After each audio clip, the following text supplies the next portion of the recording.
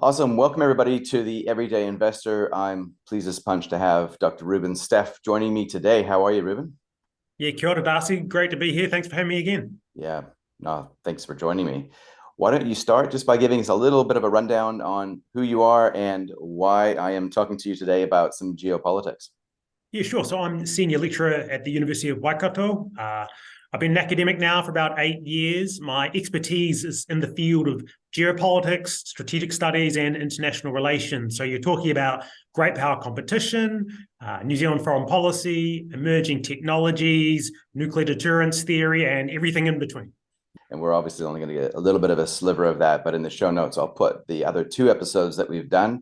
And it's really interesting to I was listening to those episodes to prepare for today. Would be really interesting listening for those who haven't heard of Reuben before, because we covered a lot of stuff that we're going to touch on again today to check in around the evolution of it all, because things, unfortunately, in a sense, have evolved. So why don't you maybe start by giving us a real broad overview of the macro situation right now, because we now have a couple of situations going on in Eurasia. And like you said before we pushed record, the constellations are starting to form a little bit. So do you want to just unpack that a bit for us? We have a war in Ukraine, and now we have a war between Hamas in Gaza and Israel. Now, for those of us that sort of keep an eye on contemporary world history, we think we're starting to get a better sense of how the kind of constellations of macro geopolitical power are playing out. And by that, what do I mean? I mean, we've been living in essentially the kind of American-dominated world, at least since 1991, right, the end of the Cold War. The Americans were so powerful from that point until maybe the late 2000s that no one else could really challenge them. You couldn't really take an action around the world without worrying about how America could respond. So if Iraq did something, the Americans kicked them. If the Serbians tried to take over former Yugoslavia, the Americans just destroyed them, or whatever they wanted to do. It was a unipolar world, we called it. We then get 9/11, and the Americans march off into the Middle East to get rid of the Taliban, to get rid of Saddam Hussein in Iraq, and they basically get bogged down there for 20 years, and this saps their energy, saps their diplomatic resources, saps in their military, draws in their military, and it gives time for really Russia and China to start amassing power, if you will, building up their militaries, and then taking action to start pushing back against the rules-based order, we call it, that the Americans had essentially started creating after 1945, but then kind of became a global phenomenon after 1991, after the Soviet Union collapsed. And what we're now seeing essentially is, you might call it a kind of authoritarian insurgency, where the rules-based international systems that the Americans have kind of created, and that countries like New Zealand, Australia, Europe, Japan, South Korea, Canada, the UK, etc., had all signed on to and kind of de facto been part of that alliance system, and we still are part of this rules-based order, if you will. We see Russia, China, Iran, North Korea. You can throw in Hezbollah, Hamas into this alternative constellation, a kind of looser alliance of seemingly mostly autocratic powers forming that are now pushing back against the system.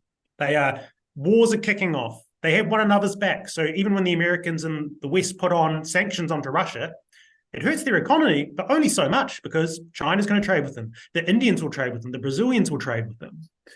So we think we are seeing the beginning of a kind of new quasi-Cold War. It's different to the Cold War between the Soviet Union and the Americans from 45 to 91 because, well, the Chinese and the Americans are still heavily trading with each other, short of high technologies where they're decoupling. But there's still these economic interconnections. But at the strategic and military level, we are starting to see the consolidation of kind of alliances. Basically, the alliance America has built is still there. NATO, Australia, New Zealand, South Korea, Japan, and so on. But you really have Russia and China and Eurasia, basically militarily united, a common purpose, seeking to disrupt the Western order, because this order, they think, doesn't work in their advantage. They're told the norms, the values, the processes at the World Trade Organization, at the United Nations, to them, they were not part of the creation of that order. And that makes them kind of second-class citizens internationally. Yeah. And that even morally and ideologically, they are placed in a kind of subordinate position to the Western world, and they are now trying to disrupt it and kind of displace it. Now, there's actually a third part I should put in here, and that's the global south, okay? That is much of Latin America, Africa, parts of Asia, perhaps the post-colonial world, you might call it. And they are kind of in the middle of all of this. And we see that they have quite a good amount of ambivalence about it, and they are no longer willing to sort of just walk to the orders of the West. You know, if you look at Ukraine, there's been votes about Ukraine where big parts of the world have not voted on the side of the Western world. Big parts of the global South are trading with Russia. Big parts of the global South in the new war between Hamas and Israel, and I know we'll get into that later in the conversation. Big part of the global South, they are basically on the Palestinian side. They may not necessarily be on Hamas's side, but they are very staunchly not on the quote-unquote US side, if you will, when viewing that conflict. And is that because primarily it's the enemy of my enemy is the friend? Yeah, this is where, you know, historical memory comes into it. There is still a lot of grievance about the colonial era, and as well as about the rules-based order that they may or may not benefit from, but they still feel like that they maybe are not fully party to, that it's still an unequal order that benefits the West. And the West, we talk these things about human rights and respecting state borders, and then sometimes we violate those principles, and they're saying, well, you're being hypocritical. So these things are resonating, and you'll see Russia and China when it comes to, say, Gaza and Israel. Russia and China right now are taking the side of the global South because I don't think Russia actually cares about the Palestinians, but they know it's an issue that can resonate with the global South. And in their competition with the West, they want those countries on their side. It doesn't have to be those sides have to be explicitly aligned with them, but they want to trade with them. They want them to vote with them at international organizations and so on.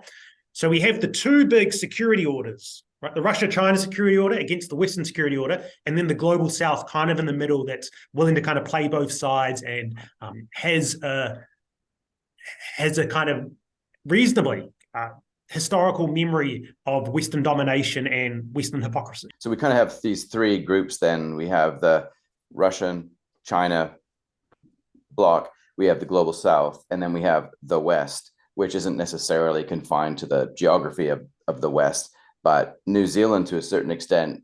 I guess, how do we fit into that? Because we are, I guess, historically anyway, we are very much aligned to the West, but in a way we share a common thread with the global South in that we do tend to play both sides, specifically with China. Yeah, look, we are in a fascinating and complex position because historically we have been basically a Western country. I mean, you know, clearly we have an indigenous population that has had a certain experience with that too, and may or may not agree with that conceptualization, but nonetheless, culturally, look at our TV, look at our movies, the majority of the country being a kind of Anglo-European descent and so on. Until though really the mid-1980s. And then in the 1980s, we do separate the Americans through our anti-nuclear policy. And in a military alliance we had with the Americans, they essentially abrogate because having the anti-nuclear legislation meant the nuclear-powered vessels couldn't come into our ports. That begins, I think, maybe the true period of kind of New Zealand independent foreign policy, so to speak. Yeah. And that goes all the way through to today. We still, we are part of the Five Eyes Intelligence Alliance with the Brits, the Canadians, the Americans, and the Australians. We buy much of our military equipment from the United States. We have these big P-8s. These are militarized 737s. They are capable of search and rescue, response to natural disasters in the region, but also anti-submarine warfare. We bought those in 2018 and have been deploying them this year because if there's ever a conflict in, you choose it, Taiwan, the South China Seas, around the Philippines, around Australia's north, those P-8s will be playing a military role potentially alongside the Australians and the Americans. Right. So we in the last few years, actually, this independence in sort of real strategic military terms, it's being challenged quite a lot. But our rhetoric of independence is still kind of as potent as ever. The outgoing Minister of Foreign Affairs and Trade, Nai Mahuta, has brought in the concept of a Maori foreign policy and pushing our ideational, our cultural, familial connections to the South Pacific, to the oceanic island states, quite a lot. So we almost have two streams of policy here, sort of strategic military stream that is increasingly actually aligning with our Western partners, but a rhetorical foreign policy stream that wants to keep pushing and keeping a distance between us and our traditional partners. And I suspect what happened under the Hipkins government is you had Nanaia Mahuta and you had Andrew Little, the Minister of Defence, and they both basically were at odds about New Zealand's trajectory. And we've seen that come out over things like the AUKUS controversial debate, where, if our listeners don't know, AUKUS is this trilateral security agreement between Australia, the United Kingdom, and United States for Australia to get nuclear-powered submarines in the coming decades. It's a massive industrial project, incredibly expensive. The levels of industrial cooperation, of just intellectual military cooperation is it's very deep. It's going to be a massive, long project for it to be pulled off, but they all seem dedicated to doing it. Now, that's pillar one. We've been offered to enter pillar two, which is about sharing emerging technologies. You're talking about AI, quantum computing, hypersonic weaponry, undersea capabilities, information capabilities. Just even technologies we can't even quite imagine yet where they're going, but they're all at the periphery and they're all emerging now. I mean, artificial intelligence, we're already getting an insight into how potent and powerful that's going to be. We're not in that at the moment, right? Like, we're still standing on the sidelines, correct? We are. And Hipkins and now Luxon, they both basically have had the same line the last few months of saying, well, we're interested, but we need to know more. We're not sure what it's about. I think they're kicking the can down the road. They are trying to buy time to see how the public are responding to this. And then probably in the coming months, I'd say in the next 6 months, Luxon's going to have to make a decision as to whether we enter it or we don't. Yeah. To be clear as well, Japan may very well enter AUKUS at some point. The Canadians may enter AUKUS. So it's not just those three countries and us. It's likely, AUKUS is likely to expand to a bigger regional arrangement. And I'll just add one other thing here is that, there's often this question, what side is New Zealand picking? Well, we really have at the deep strategic level kind of already picked a side, but because 28% of our trade is with China, that's the same size as if you add our trade with the US, Australia, I think Philippines and the UK together. Okay, right. So our trade with China is equal to the next 4 largest trading partners combined. So we are always still trying to find, at least in rhetoric, a way to distance ourselves from our other Five Eyes partners, traditional partners. We don't criticize China to the same extent that our partners and allies do. Yeah. And that's one way we are able to show China, hey, look, we might kind of be on the side, but we still want to have a margin of difference, a slightly better relationship to keep the trade going and unimpeded. And some have aspirations that, New Zealand could play a kind of peace-building role, a bridging role between the two sides over time. Now, I would say that's probably unlikely. It's not impossible. In a sense, it's the 4 eyes and a wink. I think I've heard that expression before, right? Or it's almost like the Switzerland of the South Pacific, right? That we're trying to be, maybe, or maybe it's just a case of not having enough backbone or leverage. What do you think? Where does this come from? This desire not to kind of really want to be too clear on what we stand for, really? Because we should. I think we're probably going to have to be forced to it at some stage. But it kind of feels like we should be standing for something, but we're not. You know what I mean? Where does that come from? Well, let's start with just pure geography. I mean, we have this barrier to Asia called Australia. We've almost never been threatened by external invasion in our entire history. It's not in the average Kiwi's mindset to ever think that something beyond the horizon is going to come and attack us. That is very different to much of the world. Even the Australians, as a result of their geography, they're right next to Indonesia, this big stretched archipelago. In their minds, not that far from China, and China is now potentially moving in or extending its security umbrella into the Solomon Islands. So Australia still has a greater sense of external threat than we do. So that allows us to have a lot of luxury, a lot of license to sit back and not worry too much, and then to take these more idealistic positions on international events. So I would say it really begins just purely with our geographic position. Now, that is changing because we have seen China's not just economic aid and diplomatic presence expand into the South Pacific, into the island nations, we increasingly see its security role pushing into there, like policing agreements.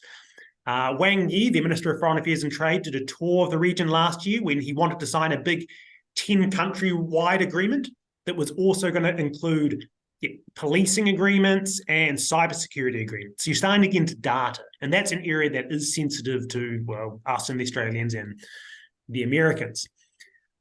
If you look at the recent suite of New Zealand documents that came out between July and August as well, okay, these are official New Zealand documents. It's the first ever New Zealand national security strategy. And there was a defense strategy document also released. There was an SIS document released, so that's our spies, right? Our vision of the CIA. And they all take a much harder line than I've ever seen before when it comes to China.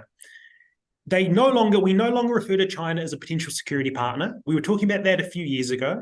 Our military was actually conducting kind of light exercises with the Chinese in parts of the South Pacific. We had a 5-year military-to-military engagement plan, all very low-level stuff. But it was a sign that we didn't see China as an outright challenge in the security sphere.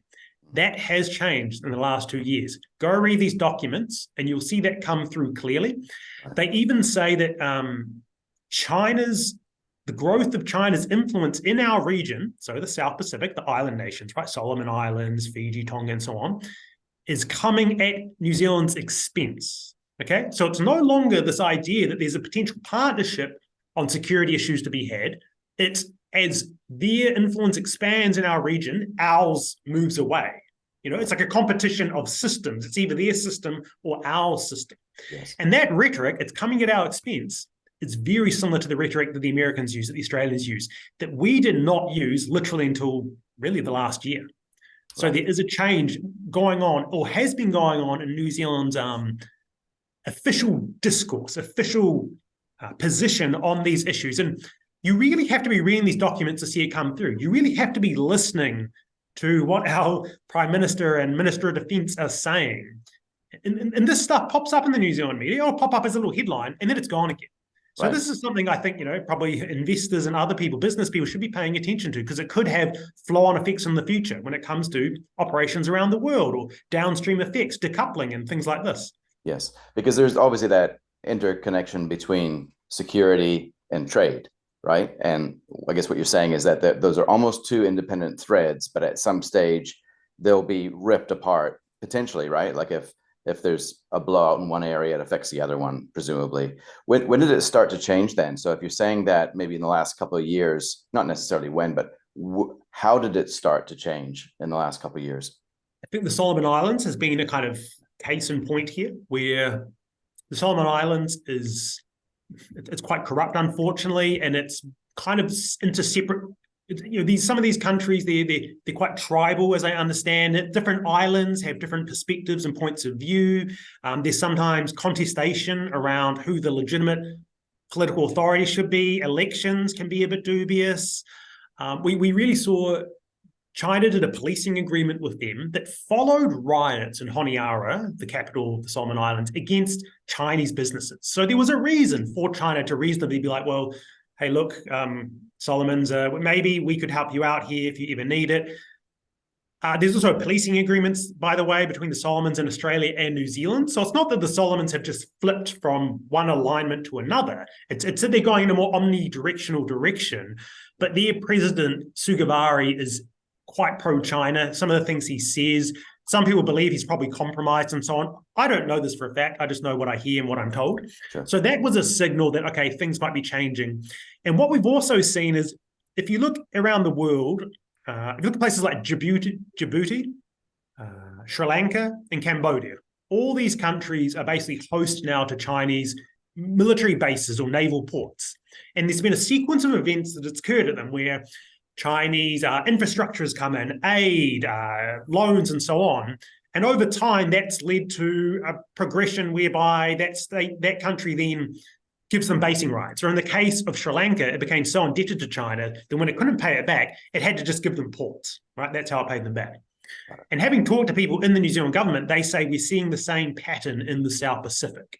And the Solomon Islands is the first country in that line. But there's been signals that China is targeting other countries too, where it wants to redevelop runways, wants to redevelop ports, and so on. And the concern, this activates this historical memory of World War I and World War II. For example, in World War II, the Japanese got into the Solomon Islands, and they had this periphery that ran through the South Pacific. They bombed Darwin in Australia, and had the Americans not come into World War II, it was probably only a matter of time until the Japanese were able to invade Australia and New Zealand. So there are these historical resonant memories that connects back to. And if you're Australia, the US, and New Zealand, you look at what's going on, and you would reasonably calculate we need to nip this in the bud. If we don't do it now, if we wait 10 years, then we could be dealing with hypothetically, 3 or 4 Chinese naval bases. Yeah. And then the balance of power shifts in the region, Yes. and the cost to us, the risk to us has grown. Whereas what you could do right now is now you could push in, or push is the wrong word. You could use, promises of infrastructure, of aid, assistment. The Americans are opening up new diplomatic posts in the South Pacific. New Zealand has had the Pacific Reset, where we poured in hundreds of millions of more dollars into the South Pacific. Right. The Australians have had the Pacific Step Up, they call it, where they've done the same. We have the Americans signing military agreements with Papua New Guinea to help Papua New Guinea build its own defense force. Okay. Right? Where's Papua New Guinea? If you look on the map, it's right next to the Solomon Islands. Yeah. So we do have this geopolitical competition now playing out in our own region. And again, if you go back to these documents that Little and Hipkins released, it says that the South Pacific is now a strategic theater. Right. It is now an area of strategic competition itself. Yeah. So this has really changed New Zealand's view of things. And even Jacinda Ardern, I mean, people might have views of Jacinda Ardern, liberal figurehead and all those kinds of things. She was warning about these things. She was saying these things. She was saying, I'm concerned about China's growing presence. She signed an agreement or a statement with Biden when she was in Washington, D.C., that said the creation of a military base in the South Pacific by a country with different interests and values to us, China, would fundamentally threaten the balance of power in the region. So this doesn't just go back to Hipkins a little, this goes back to Jacinda Ardern as well. Like thinking about the South Pacific in particular, and also generally, I guess, speaking New Zealand, do we need to be taking this whole kind of security thing a little bit more seriously, or are things already kind of in motion where we're kind of be moving in and staking our not staking our claim, but making our presence more known in the South Pacific?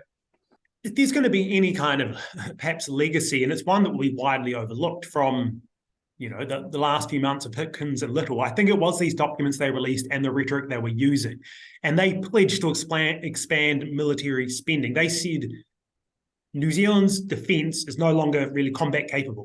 They said it needs to be wholly rejuvenated. It has to be able to fight in mid-intensity wars. It needs to conduct proactive shaping operations in the South Pacific. I don't exactly know what a proactive shaping operation is, Darcy, but I think they just mean we need a more effective military that, if it has to, can go into the South Pacific and, conduct amphibious operations and so on. Yeah. And basically what it looks like they're going to do is they're going to replace the Navy next year, because the Navy is pretty outdated. ACT and actually Luxon and National, Luxon has said he wants to increase defence spending to 2% of GDP. Right now it hovers around the low 1%. Wow. 2% would be what's kind of considered a credible figure internationally. And for comparison, Reuben, in the US, what percentage roughly of defense does the US contribute of their GDP? I think it's about 3%, right, which is quite low, historically speaking, but they have a giant economy, so they can spend something like that. Yeah. But the NATO average is meant to be about 2%, and many countries in Europe have not been meeting that threshold, but they're all slowly ticking up. Yes. But New Zealand, we are not just kind of a bit low on our defence spending. We've also had massive attrition of the military. 30% of people have left in the last 2 years. Right. Because they got caught into the whole MIQ thing around COVID, and that's not what you want to do if you're a soldier. Salaries also just kind of fell out of step with anything that was competitive with the private sector, so they've had to increase salaries. But basically, it looks like they want to rebuild our defence forces. Again, the problem is, how do you do this in a country where we have cost of living issues? People want to pour money into education, the healthcare sector. And we Kiwis, we're just not habitually thinking about geopolitics, security, defense, threats. So the permission space the government has is not very large. And I think Hipkins and Little were trying to get the message through to expand that space so that in the coming years, if they do start spending a lot more, they'll be able to justify it to the New Zealand people. So it's going to be very interesting to see how National Act and New Zealand First manage this, because Act do want to spend a lot more. Luxon has said he does, but I suspect, how do you do this without potentially crossing that line of foreign policy independence and potentially pissing off the Chinese, who could retaliate against us in the trade realm like they have against Australia? Sure. This will be a thing high of mind for the National Party, because a big part of their constituency is, farmers, and farmers want to trade with China reasonably. Going back to your earlier point, though, should New Zealand make its view felt? Again, Hipkins and Little, I think, were doing it. Like Andrew Little was giving interviews where he was saying, we're basically chosen a side. We may be called upon to help defend the rules-based system. We might be called upon if there's a war or crisis in the South China Seas. And we probably would be, because we have these militarized 737s that would be useful to the Australians and the Americans in a conflict. So I think he was trying to plant a flag in the sand and say, hey, look, we actually are willing to try, if we have to, fight and uphold the rules-based order. Yeah. But when it comes down to it, if that call was made to Luxon a year from now, hey, there's a war breaking out in this part of the world, are you with us or against us? It's up to him to make the decision. Yeah. He will weigh things up, and it's not 100% guaranteed that we would go one way or the other. Yeah, and I guess there is the will. I'm talking specifically about the will of the people, and then there is the ability of the nation state to fund it. And this is where I find it quite interesting, because learning about how that dynamic works in the US right now, as they're kind of starting to fight more on multi fronts, and they're trying to fund that activity increasingly by borrowing, which might turn up the heat on interest rates here in New Zealand. I'm just wondering how that would play out, because there's only so much extra tax revenue, especially potentially heading into a recession, that we can raise. The only really lever to pull would be borrowing, which means higher interest rates. And so I guess thinking about what you were saying before with the farmers, they don't really want to be cutting off their biggest customer, but at the same time, I guess as a nation, we don't really want to be paying for it. But I don't know, maybe as Kiwis, that could change as we start to see the world is coming to meet us here, or the conflict is coming to meet us, and we need to stand up and actually pitch in. Do you kind of see the attitude shifting? Like, you're in it, so it's probably a little bit harder for you to stand back and be objective to assess where typical Kiwis might be at. For me, it feels like the tide is shifting, but what's your assessment? Yeah, I think the tide is shifting. And again, the recent government has been trying to get the message out there, and polling shows that Kiwis do want to know more about national security issues. So there is there's two parties to tango here, and for the government does need to do more to educate the public. But I think the tide is shifting. For better or worse, levels of anxiety and so on are rising these days for a whole range of reasons, right? But I think one reason probably is people are picking up on the signals internationally. There's a war over there. Oh, there's another war over there. Oh, we're hearing about this country doing these things. Oh, the rules-based order is falling apart. Like, people may not know exactly what this means, but I have to imagine it does get through to people that things internationally have changed pretty fundamentally than probably when you or I were growing up, Darcy. Totally. And most, many people today would be having the same feeling as well. So I think the tide is changing. And I do notice that, and I will write things in the media every now and then, and I will get emails just from random people sometimes saying, hey, thanks for writing this. It's really good to see a kind of sane take on the issue that relates it back to New Zealand and our interests. Yes. I would love, though, to know Poland, okay? Because one thing that never really gets polled in New Zealand is national security issues. What do they think about AUKUS? What do they think about the war in Ukraine? What do people think about China and the prospect that New Zealand could be pulled into a conflict, like worst case? What do they think? What do they think about spending more on defense? I have no idea. I never see any polling about these things. I wouldn't be surprised if the parties do internal polling to try find out, so then they can kind of calibrate their messaging and their policy based upon it. But I have no idea, and I don't know anyone else that has any idea of that. I would just say one other thing. It's not a potential way that Acton National, if they want to spend more on the military, quite a bit more, it is part of a kind of, it's cutting back on the public sector, on social welfare and so on. Could that be part of the ACT agenda? I mean, it seems reasonable, doesn't it? Yeah, well, that's in their DNA, right? You'd think a libertarian-leaning government would probably want to strip some of the fat out of it, and maybe we can free up some resource to reallocate.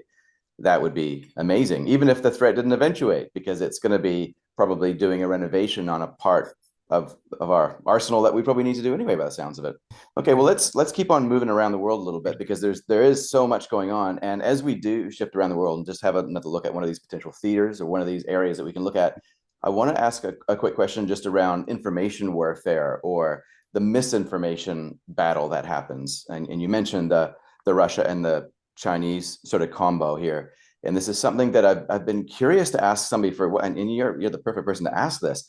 When I go on social media, sometimes I will look at some of the comments and really scratch my head, because it feels like quite often there's a majority held view, which I thought is completely at odds with what I thought was common sense. And maybe I'm now just the minority. I don't know. But what form does like the information war take? If, for example, China was behind something, what would be an example of that? How could we see that?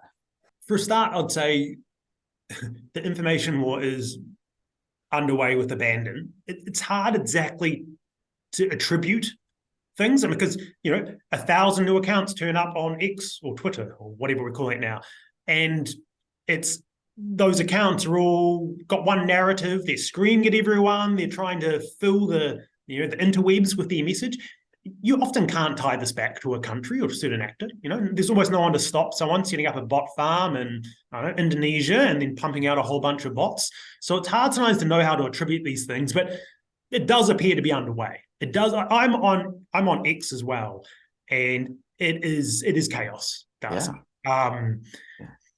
And it's hard times to know where the information is coming from. You can see people who probably are influenced by just bots or random accounts. And if you look at official documents, so New Zealand, our SIS put out a document earlier this year that called out Iran, Russia, and China for misinformation, for influencing expat communities, for interfering in businesses, right, in industry, and in universities. The concern now is that you could get big misinformation events, so to speak. Arguably, we saw this when it came to the conflict going on between Hamas and Israel, where, do you recall a couple of weeks ago, there was a bombing maybe of a hospital? Yeah, that went spread across the internet like wildfire. And the claims by Al Jazeera, but as well as just millions of accounts online, was that was that Israel had bombed a hospital in Gaza and killed 500 people. Yeah. That spread like wildfire. Now, after a few hours, you saw kind of forensic analysis. You saw rational people come in and go, hold on, let's figure out what's going on here. And it looks like it was probably a Hamas mortar that was either intercepted over Gaza, so within the territory it was launched out of. It was either intercepted and then fell somewhere in Gaza, or it was just a mortar that was misdirected. Yeah. And it probably didn't blow up a hospital. It probably fell into the parking lot, a car park. Yeah. And you killed dozens of people, maybe, but it probably was not Israel destroying an entire hospital. But you probably now have 1 billion people on the planet that believe that Israel conducted this attack. Yeah. Because even if you walk back the claims, I mean, if you're an issue like Palestine-Israel is so heated and so emotional for people that their biases are so locked in already that they're just going to believe whatever's fed to them that suits their preconceived views on it. Yeah. So we have things like this that can actually affect reality. And imagine the recruitments that after that event, Darcy, I remember seeing there were protests all over the world, throughout the Middle East, Western capitals, hundreds of thousands of people. I'm sure the recruitment centers for terrorist groups all across the Middle East suddenly had a big influx of people coming in, recruits. Right. But that's just the beginning of this. Right. We are in this information chaotic age. It's like the printing press coming along, and suddenly anyone can say anything. There's no real moderation, at least on Twitter or X, because Elon Musk he's reversed moderation for good or bad. There's arguments around why you might want to do that, because it looked like that you had a kind of far left over moderation taking place against right wing and centrist conservative accounts. But nonetheless, it is chaos now, and it does mean bad actors can come in. And what could happen next, Darcy? You could imagine, I don't know, you could imagine misinformation events that leads a country to declare war against one another, or leads 100,000 people to stage a revolution because they've been shown something in the morning. Right. It's a lie. So is the idea that, like, I guess the idea is that when there is already a very polarizing situation where there's tension building across some sort of spectrum, that due to the speed at which the internet transfers information, is that kind of how the misinformation warfare occurs? Is that there would be kind of like a farm of social media bots that flare up something that's on one side, probably aided with AI, right? Like they flare up some comments, distribute it far and wide, hopefully getting into mainstream media like they did with that hospital bombing scandal, where effectively mainstream media picked that up and they didn't retract it because maybe they were saving face, maybe they didn't know or didn't believe it. But is that kind of the idea? I mean, it could be that. It could be a farmer bot some country has prepped and ready to go to exploit a polarized situation somewhere in the world. I don't think it would even have to be that great. It could be at the next US election next year, November. I think neither side is going to be willing to admit they lost at this point, just given how intense the emotions are on both sides.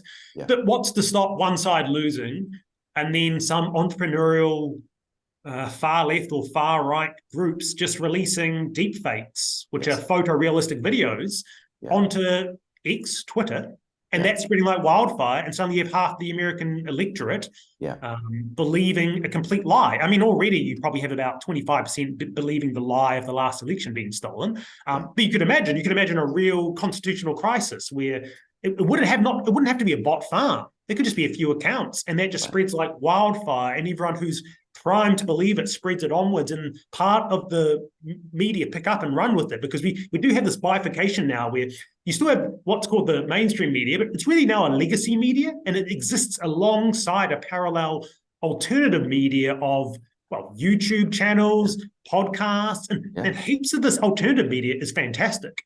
But you're on one, so it better be fantastic. Really. Exactly. But some of it isn't. Some of it is nefarious, and some of it is intentionally trying to distort and undermine and spread lies. All right, Reuben, well, let's go there and go a little bit deeper around the Middle East. So I guess if we kind of just look at this from a bird's eye view before we kind of get into the guts of it, October 7th was an absolute disaster on so many levels, and caught a lot of people off guard, obviously.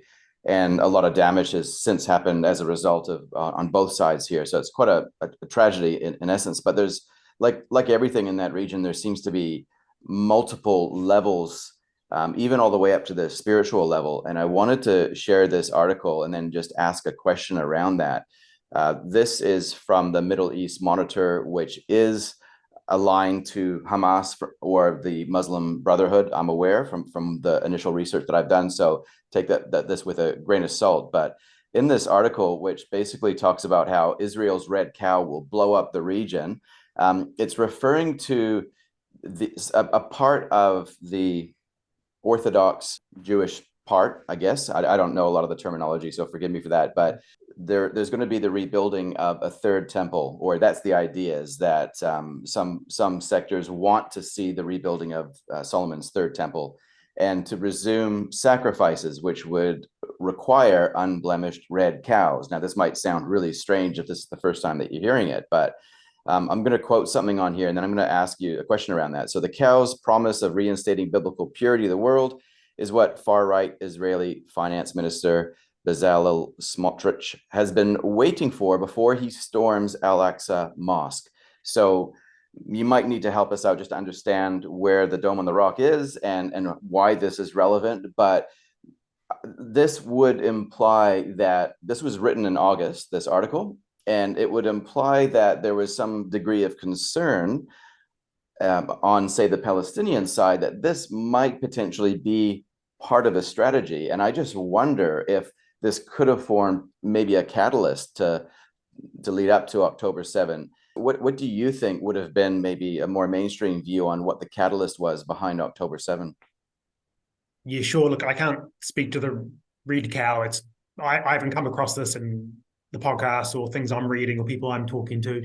As I understand it, the dome is in Jerusalem. Jerusalem is a city in Israel that is, well, it's a holy city to multiple religious denominations, to the Jews, to Christians as well, and also to Muslims. And it is, you can read books. The city actually has been coveted and fought over for thousands of years. We can put that to the side. It is now in Israel and basically under Israel's control. There has been some hopes that eventually, part of Jerusalem would essentially be the capital for a future Palestinian state, as I understand it, and part of it would be, part of the Israeli state as it is right now, de facto. But what are the view? Why did Hamas conduct this horrible attack? And it was absolutely horrible. It's disgusting it's abominable to read through and to hear about what happened. But they're a fanatical group. If you go read about their kind of mission objective, if you will, they want to wipe Israel off the face of the planet. They are not probably people who can really be compromised with in the long term. But setting that aside, no one has a set idea, it seems, as to why they conducted this attack. They likely had assistance and training outside of Gaza, they believe. They don't know where, maybe in Syria. Whether whoever was training them, Syrians, the Iranians, told them to conduct the attack on this day. Again, no one knows this. It might have been a bit more of a wink, wink, nudge, nudge. We're training you for an operation that clearly you could conduct out of Gaza at your discretion, but it would be good to occur around this time. We just don't know, right? If you're Iran and you are pulling the strings here, you want some plausible deniability. Yeah. And there's been lots of accusations that Iran was behind this. In fact, in the days after the attack, I believe it was the Wall Street Journal or the Washington Post, one of them came out and said there's intelligence showing that Iran was behind the attack. Right. The Americans have officially said we haven't seen clear evidence of that, but there's also reasons why the Americans may not want to say Iran is directly behind the attack, because that could then lead to a regional war. The main argument I've seen put forward that makes the most sense is that basically what was happening in the region is Israel was having negotiations with Saudi Arabia to normalize their relationship. Yeah. Because basically, Israel had fought wars with the Arab states after World War II. The Jews had been returning from the late 20th century back into what is now Israel, where the Palestinian people were, pushing them out of their lands, and this naturally led to conflict with the existing Palestinians, the Palestinians that lived there. The Arab states then got involved in a war with the Israelis, and the Israelis basically kept winning those wars over time. So states like Egypt, Jordan, Saudi Arabia, Syria, once upon a time, were enemies of Israel. But now they are essentially normalizing their relationships. Not Syria, different kettle of fish, but Egypt has a peace agreement with Israel. I believe Jordan does as well. And Saudi Arabia is one of the big holdouts of the Arabian states. And it now is kind of the de facto most influential Arab state in the region. Egypt is a bit of a basket case. But Saudi Arabia and Israel had, in recent years, come to have common interests when it comes to Iran. Because Iran is a Shia power, right? Saudi Arabia is Sunni, so they're different denominations of the Muslim faith. And Israel and Saudi Arabia both believe they have more of an interest right now in forging, you might say, a common front against Iran. And if Israel and Saudi Arabia fully normalize their relationship, Iran and its allies throughout the Middle East, so you got Hezbollah in the southern part of Lebanon, you have Hamas in the Gaza Strip, and then you have all these militias in parts of Syria and Iraq on the side of Iran. Iran and its allies probably fear that if Saudi Arabia and Israel basically enter slowly into a de facto alliance, their strategic position will be significantly undermined. Saudi Arabia also wants a civilian nuclear fuel cycle. And Iran may fear that, as relations improve for Saudi Arabia with different countries, especially Israel, eventually they'll get a civilian nuclear cycle, and who knows, maybe eventually they'll want their own nuclear weapon. Yeah. So this attack by Gaza might have been, Hamas, the current regime in Gaza, may have been a kind of desperate but calculated attempt to disrupt essentially the evolving political situation in the Middle East. Right. Because Saudi Arabia has now called off their normalization negotiations with Israel. Now, whether that will hold, because I believe Saudi Arabia probably wants to continue those negotiations, but it can't. Two levels, right? Like it seems like there's almost a generational thing. The older generation probably wants to pour cold water on it, whereas the younger generation might want to continue going. From what I've read, I don't know if that's accurate or not, but yeah, the current leader of Saudi Arabia is, I forget his name, but he is a younger gentleman, and he wants to modernize Saudi Arabia to a degree. We're not going to talk about Western liberalization, but he wants to modernize it economically and so on, and some of its institutions. And allying, or at least having a normal relationship with Israel, would give them access to trade, technology, military cooperation, and so on. So whether this will hold, I don't know. But what's going on in Gaza right now, the destruction of buildings, deaths of thousands of citizens, you have a real separation between the Arab regimes and the Arab street, they call it, Arab people. And they are coming out en masse to protest against Israel's bombardment of Gaza. The most logical argument is that Hamas is trying to disrupt that political process and get attention back to the Palestinian cause. Because, look, the Palestinians have been sold out, okay? Almost no one seriously these days is really trying to uphold and support the Palestinians. And it takes this crisis or this horror, it seems, to occur for people to once again go, oh, what's happening over there? Or maybe we should try and create a better social and economic situation for these people. The danger here is it becomes a regional war, that it pulls in Hezbollah in Lebanon and pulls in Iran. And America has built up a massive amount of military power in the region. I mean, there's no other country can do this. They have aircraft carriers in the region, in the Mediterranean, in the Persian Gulf. They can rotate these in and out. They have destroyers. They have missile defense systems, Patriot systems. They have advisors on the ground. Yeah. Okay. If a war kicks off that involves Hezbollah, it will draw on the Americans, and that could draw on the Iranians. Who knows? Yeah. And if that happens, that's when we would have real implications for oil price, maybe supply chains. I'm not sure. In a very callous way, to be a bit of a kind of a nihilist and remove all morality here. Yeah, which you kind of have to do when you think about this sort of stuff. Which you have to do, yeah, if you're an analyst and if you're an investor. Yeah. If it does just remain kind of the way it is, I mean, looking at the oil prices, as I understand it, they haven't moved very much. They spiked up a little bit as they often overreact, and then they've just come back down again and that's a real interesting bellwether, right? Just to see how serious the community or the investment community is taking this threat. But what you were saying before is absolutely correct, right? Like this, as much as we don't want it to be about oil, it really is all about oil from an investor's lens, because that really the oil and the US dollar piece are the two big things to look at, right? Because that's what dictates what the cost of money is going to be, and therefore what the performance of our investments will be. Yeah. Yep. And the Iranians and Hezbollah, Nasrallah, their leader there, they've spoken a big game. They've said lots of things. This will be the end of the Zionist regime, and there'll be retaliation against the Americans, blah, blah, blah. There's some things going on. There are some attacks from militias in Syria and Iraq against Israel. There's a bit of skirmishing along the border of Lebanon and Israel, but there's been no significant escalation above what you might reasonably consider to be a kind of, it's almost like military diplomacy. They're trying to signal, hey, Israel, we don't like this, but we don't want a regional war either. It's weird, right? Like it kind of almost feels like, going back to our conversation around this time last year, it almost feels like that same sort of point in time with this conflict that we were in last year with the Ukrainian conflict, where there was another 300,000 troops on the border and the conflict had already started, but it was about, well, will it go to the next level?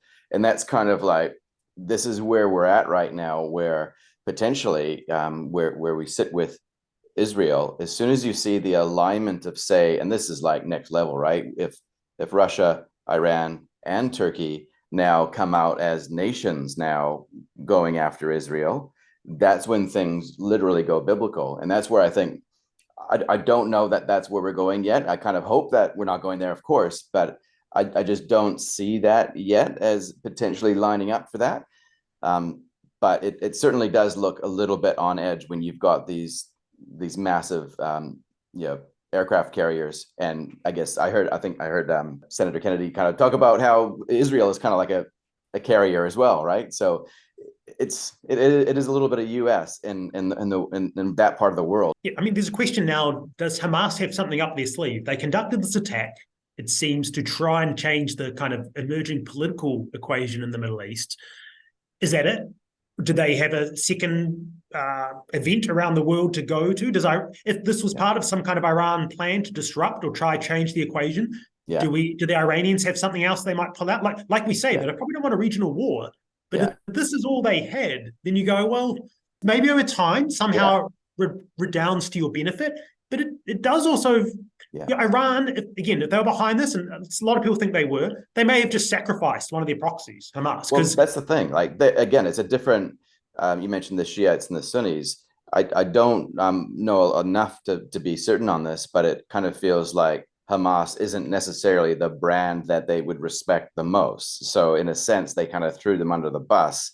But the other theory that I have heard is that maybe there was supposed to be some more coordination, but Hamas might have actually jumped the gun. So this is actually a failed coordinated attempt by Iran to really destabilize the region. I don't know. What do you think about that theory? Hamas have said we expected more from Lebanon, from Hezbollah, and from Iran. So you do wonder what has exactly happened here, or did they jump the gun? Did Iran think the response would be different? One theory I've heard is that Hamas experienced what they call catastrophic success. They were able to get through the border into Israel, and the Israeli defense it wasn't there. It collapsed. They were so successful, and then they kind of went on the rampage.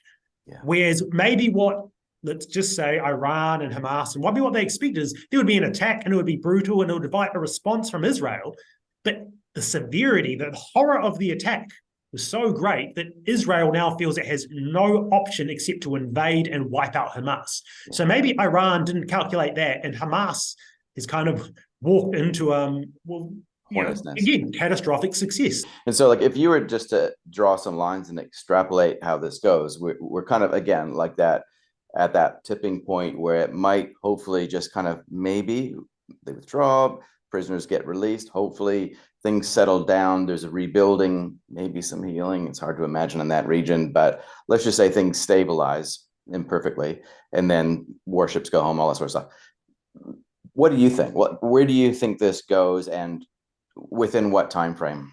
I think Israel clearly, and especially this government with Netanyahu, because he is partly being blamed for this attack, for kind of taking his eye off the ball and refocusing on the West Bank, and basically just maybe driving the Palestinians into a situation where Hamas lashed out like this because they felt like, what do they have to lose, really? They're in this kind of open-air prison, so to speak, anyway. Clearly, Israel, the government feels the need to, probably wipe out as much of Hamas as they can. They have to do that for political reasons, and in their view, probably reasonable security reasons. They feel like they cannot live alongside this group anymore because they will just come back again and launch another attack of that nature on October 7. At the same time, Netanyahu said the other day, we may have to occupy Gaza for an indefinite period. So, because no one knows, what do you do now? You wipe out Hamas. You could put the Palestinian Authority from the West Bank in charge. The Palestinian Authority is not loved by Palestinians, even in the West Bank. It's not loved by people in Gaza either. So you'd be putting in a regime that's not looked on fondly by the existing people. Maybe you have elections at some point, but I don't know when. And the Palestinians, the reason you have Hamas in Gaza is because they won an election back in 2006. The Palestinians voted for Hamas. And the international community and Israel said, nope, you voted for the wrong people because these guys are fanatics. So who would they elect? They wouldn't necessarily elect a moderate party like we might prefer. I don't know. Look, you can go, there's a whole spectrum of options here. I suspect Israel will have to occupy the territory for some period of time. There's been talks of maybe trying to bring in a United Nations peacekeeping force. I don't know if there's been any progress on that lately. Right. Turkey is talking a big game. Turkey is saying, look, we have to defend the Palestinians. Erdogan, the leader of Turkey, is basically threatening Israel with conflict potentially. Now, again, it's just rhetoric, But again, you don't know what the medium-term implications of this could be. What if Erdogan decides, hey, I'm in my final term here. My legacy can be fighting the Israelis, the Zionists, and defending the Palestinian people. Again, I don't think he will do that, but you just don't know. Going back to Netanyahu, again, this is where individuals become involved. Everyone says Netanyahu politically is a dead man walking, that once this operation is over, the Israelis will kick him out. The government will get rid of him because he is being blamed for October 7th. What if he calculates, okay, my only opportunity to hold on to power is kind of like permanent war. We wipe out Hamas. Okay, now we go to the north. We go to Hezbollah because they're the other threat. He becomes a wartime president because it's harder to get rid of a president in wartime, it's said, than elsewhere. And he has fashioned himself as a national security president his entire multiple governments that he's been in power in Israel. He talked about the attacks against Israel as being, he said this would change the Middle East. He said, so he may have these grander aspirations here. He may want to change his legacy going forward, because right now his legacy doesn't look good. He might want to say, yes, this terrible thing happened under me, but then I went out there and I defeated our enemies, So you got to bear in mind those things going on. Again, go back to Putin. The invasion of Ukraine, most of us say that didn't seem entirely rational. In Putin's mind, he's in his 60s. He may want to leave a legacy for good or ill. And you got to put yourself in the heads of these people sometime and realize that they think they're history's actors. They are acting above things. They are shaping reality. They will be remembered for certain reasons. And if you're late in life, hey, why not roll the dice? You're going to be dead soon anyway. That's almost really good advice for all of us, but hopefully in a much better way. I'll put it, but there might be an idealistic scenario here too, though. Yeah. Because again, this is a shock. I gather from people who have traveled around the region in recent weeks, they say they feel like things have changed when they've been in Cairo or Lebanon or Syria, that the shock of this has led to a view that things cannot go back to the way they were. And the way they were before was essentially, 2 million Palestinians in this open-air prison in Gaza. So it's potential, a few years from now, we will look back and say that was horrible, but it did lead to a new process, a new political reality coming out of it that could lead to some, I don't know, two-state solution. Right. Or something else. Yeah. Okay. Now, before we finish up, I would love to just get your thoughts on two other theaters. Well, actually, two other theaters of conflict, which I got time. We can do two. Okay, cool. The first one would be this war in Sudan that feels like it just doesn't even register in mainstream media. Yeah. But there's like over 6 million people that have been driven from their homes. And there is this rapid support forces, which seem to get support from Wagner linked to Russia. And then we hear that there's been this Ukrainian drone strike. Potentially it was a Ukrainian drone strike. And this is a nation that's below Egypt. And so I just wondered, what the heck? What is going on with Russia and Ukraine fighting something in one of these African nations? Can you just shed a little bit of light on that? Yeah, 5-6 million people displaced in Sudan. There's actually been, in the last few months, a kind of series of coups across parts of Africa. And yeah, if you're Egypt, take Egypt, right, which once upon a time was kind of the center of the Arab world, so to speak. It is, as far as I'm aware, its economy has been in trouble for a long time. It is ruled by a repressive, basically military dictatorship. It had a flirtation with democracy back around 2011, and then the Muslim Brotherhood came in and they got kicked out again. To their northeast, they have the Palestinians and Hamas. They have the Sinai Peninsula, which is semi-lawless. To their south and southwest, they have all these conflicts constantly in North Africa. This region just seems to be permanently unstable. You have Libya as well, which is different warlords fighting one another. I have no great insight because, again, our attention just seems to be elsewhere, and then suddenly on a podcast, I'll hear about a conflict going on in Sudan, and it's too probably multi-level and historical for me to have a read on it. But all I can add is that when do these things become quote unquote geopolitically significant is the question. For example, in Afghanistan, Pakistan apparently is going to deport 1.5 million Afghan refugees. That's right. Yeah, 1.6. Yeah. Wow. Is that going to have any effect on the stock market. A terrorist going to use that to spread into parts of Afghanistan because it's semi-lawless. Armenia and Azerbaijan had a war a few weeks ago. Well, a war is the wrong word. Azerbaijan just kicked the Armenian military's ass and seized back a whole bunch of territory. Yeah. Again, how significant is that? Is that geopolitically significant? Does it have implications for investments or the global economy? It looks like it doesn't because I haven't seen anything feed through. Yeah. But we're just in such a weird space right now where there's so many moving pieces and it's hard to know which of these are going to be significant. And it almost kind of feels like it's the shaking before something else, maybe, or maybe it's nothing. I don't know. It's like the little tremors. It's kind of multipolarity where, back in the unipolar world, when the Americans were number one from kind of 1991 through to the late 2010s, countries knew if they did something, the Americans would kick their ass. Now the Americans may not. The Americans are they've got so many other fires around the world to be dealing with. So it means countries can settle scores. Azerbaijan can have a one-day war with Armenia and settle a score.